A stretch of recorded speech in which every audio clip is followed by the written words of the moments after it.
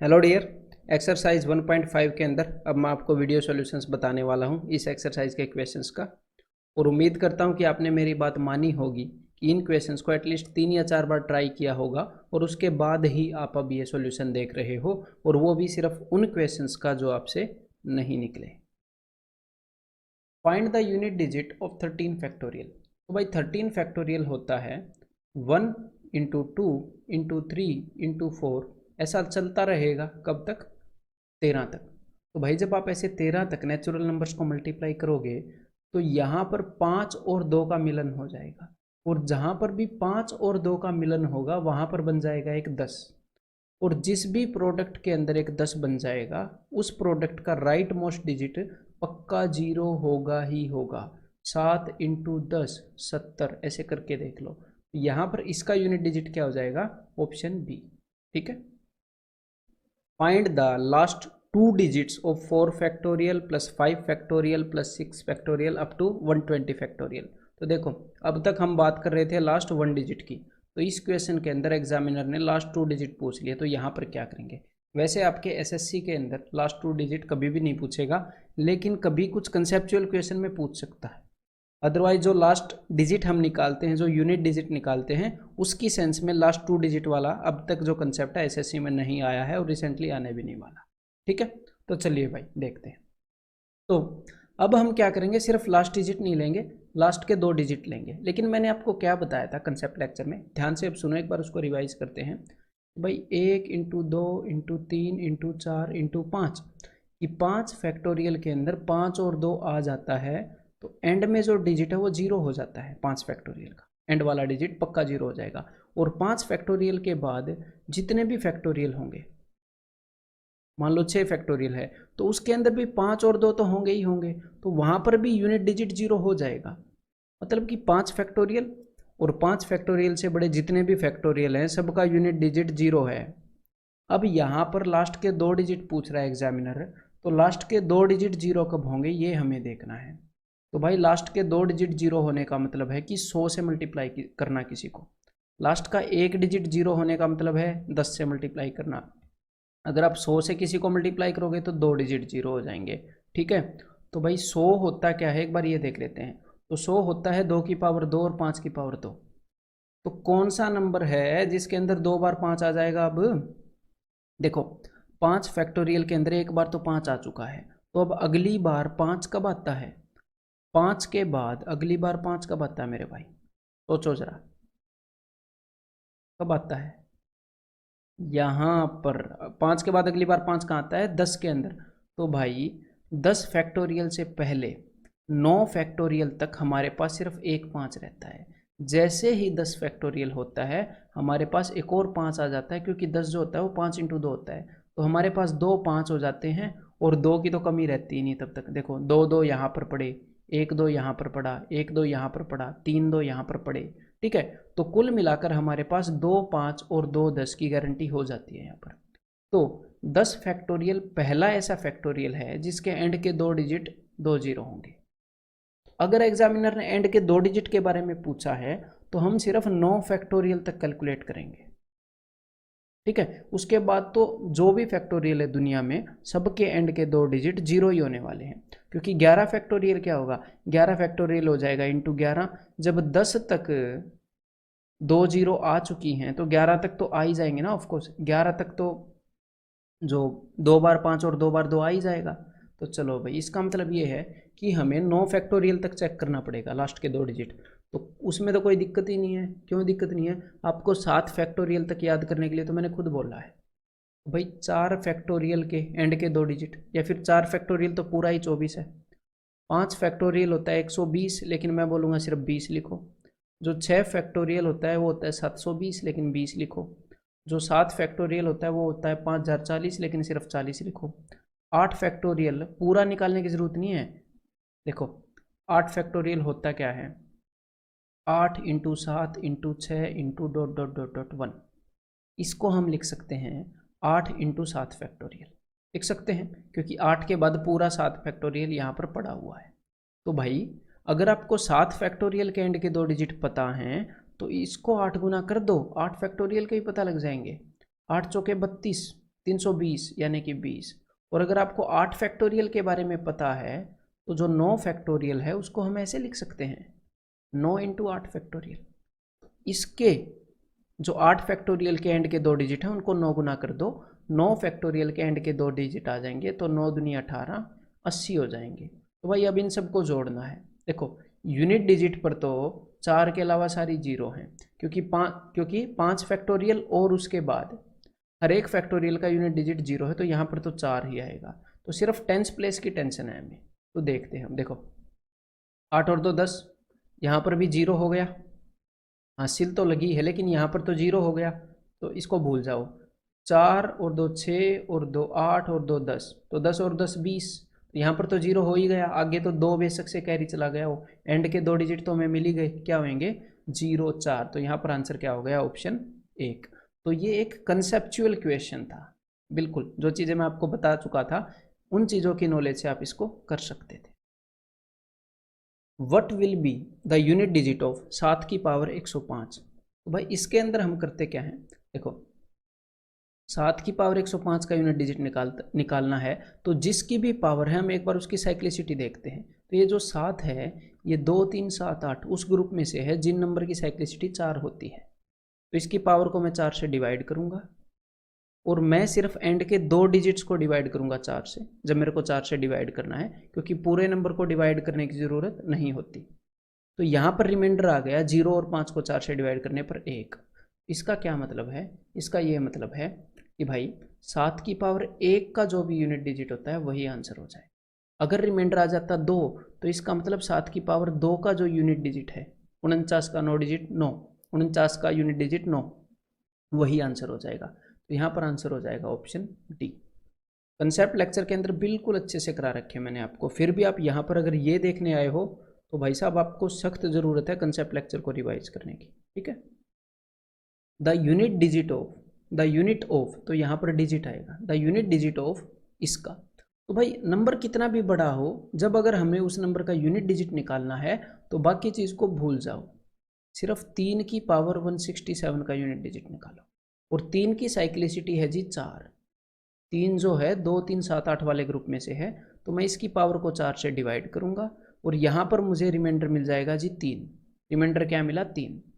अब इसका क्या मतलब है कि अगर 3 रिमाइंडर मिला है, साइक्लिसिटी 4 की है, तो जो भी 3 की पावर 3 का यूनिट डिजिट है वही आंसर होगा। तो 3 की पावर 3 होती है 27, तो यहाँ पर यूनिट डिजिट हो जाएगा 7, option C. The unit digit of this number, तो भाई देखो यूनिट डिजिट सीधा सीधा डिपेंडेंट है यूनिट डिजिट के ऊपर, तो 215 को भूल जाओ बिल्कुल। 8 की पावर 1670, 8 की साइक्लिसिटी है 4 की। इस तरह के क्वेश्चंस के अंदर लिखना भी नहीं होता आपको, अगर अच्छे से कंसेप्ट लेक्चर देखा है तो 8 की पावर है 1670, इसको मैं 4 से डिवाइड करूंगा, बिकॉज 2 3 7 8 इन नंबर्स की जो साइक्लिसिटी है वो 4 होती है।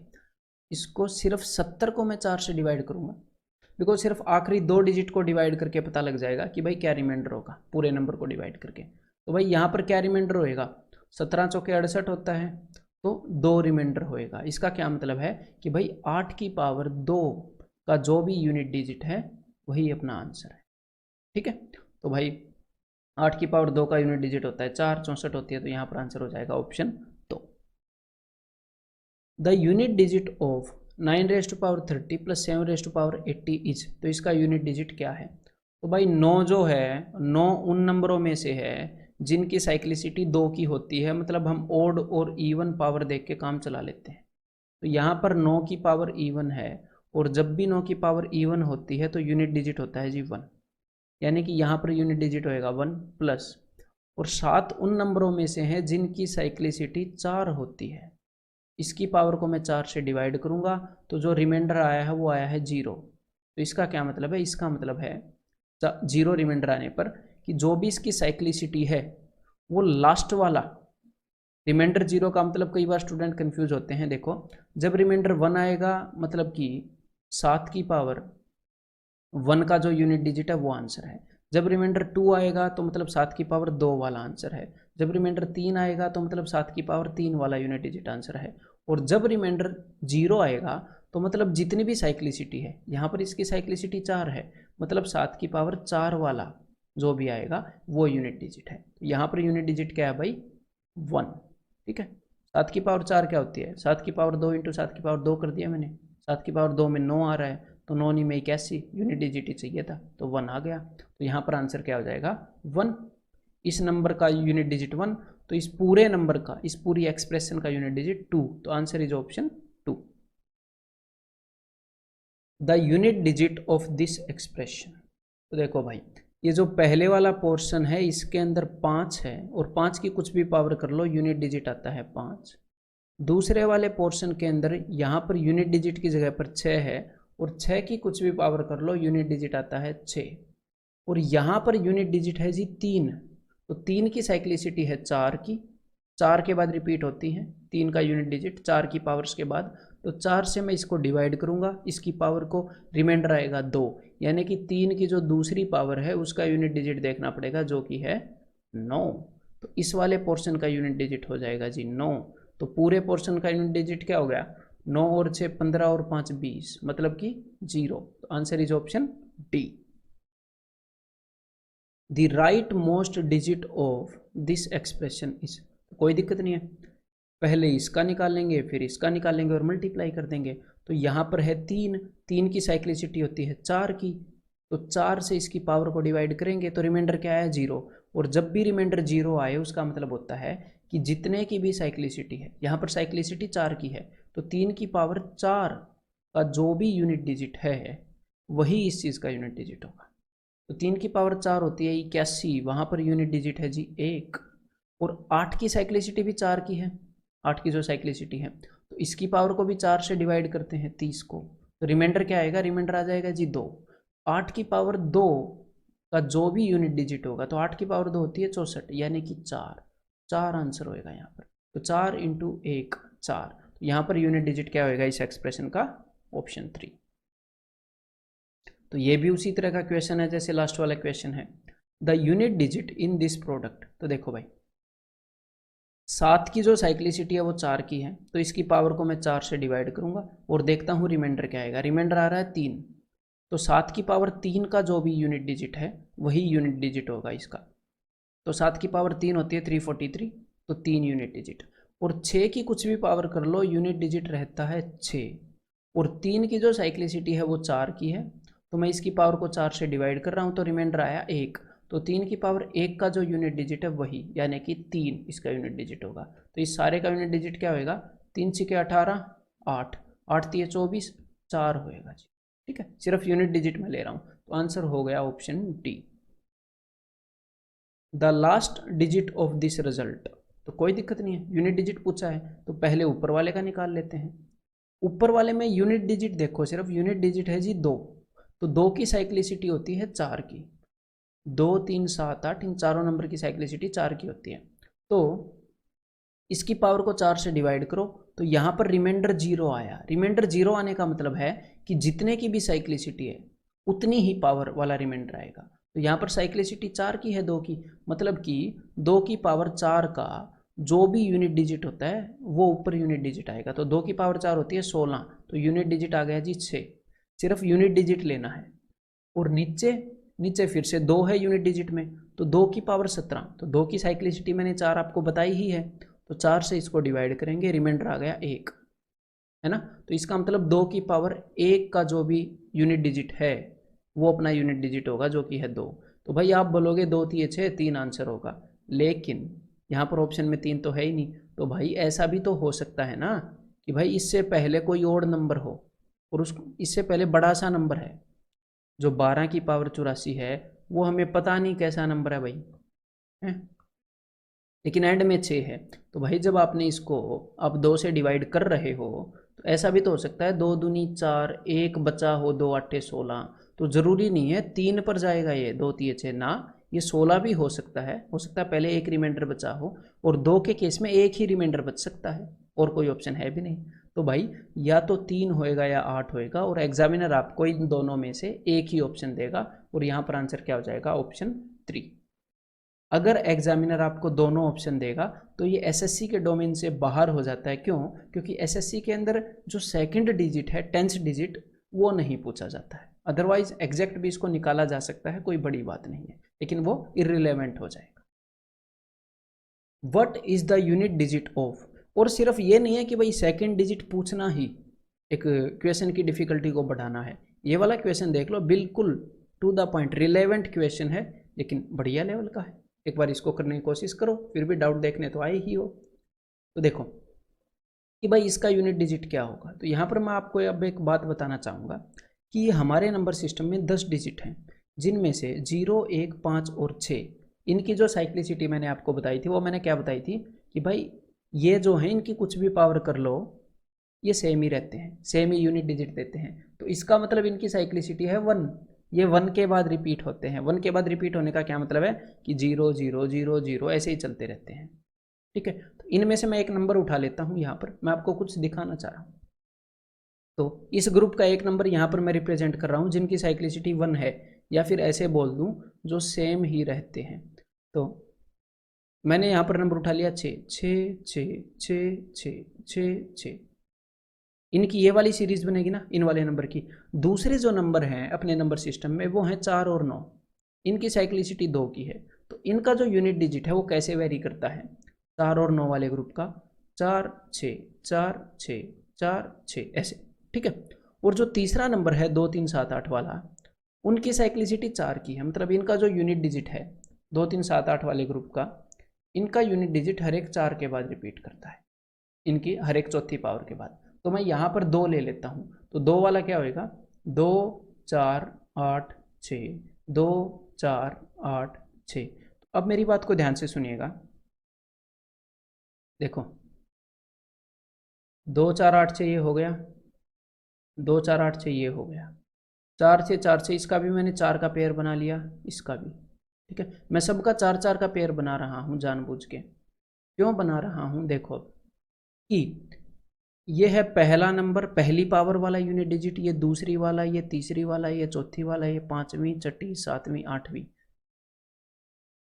अब देखो पहली पावर का जो यूनिट डिजिट है जो 6 है, और यहाँ पर जो 4 है, और यहाँ पर जो 2 है,